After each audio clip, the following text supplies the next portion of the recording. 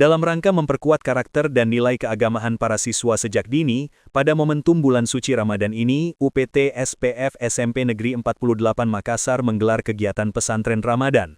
Ini bertujuan meningkatkan pemahaman keagamaan dan membentuk karakter positif siswa. Pesantren Ramadan bagi siswa berlangsung selama 8 hari, mulai Senin 23 Februari hingga 3 Maret 2026. Pesantren Ramadan ini diisi berbagai materi pembelajaran seperti pembelajaran baca Al-Quran, menghafal surah-surah pendek, serta praktek keagamaan tata cara mengurus jenazah.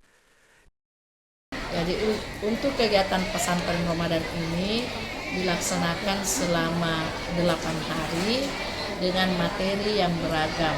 Mulai dari syahadat, kemudian bacaan sholatnya, kemudian insya Allah di hari Kamis akan dilaksanakan materi terkait dengan perawatan jenazah yang mana Ananda sejak dini diperkenalkan dan diajarkan serta dipersiapkan bagaimana seharusnya merawat jenazah itu dengan kami undang itu narasumber dari luar.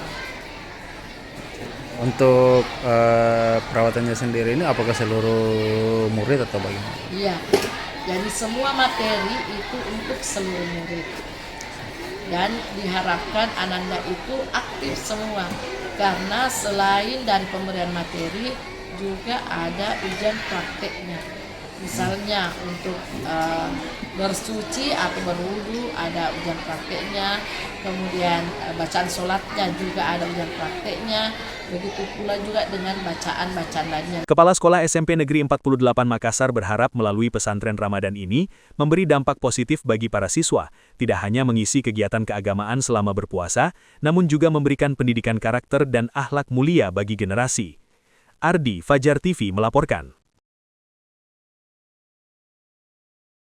Terima kasih telah menonton. Jangan lupa subscribe, like, comment, and share. Saksikan terus informasi terbaru dengan menekan tombol lonceng hanya di channel Fajar TV.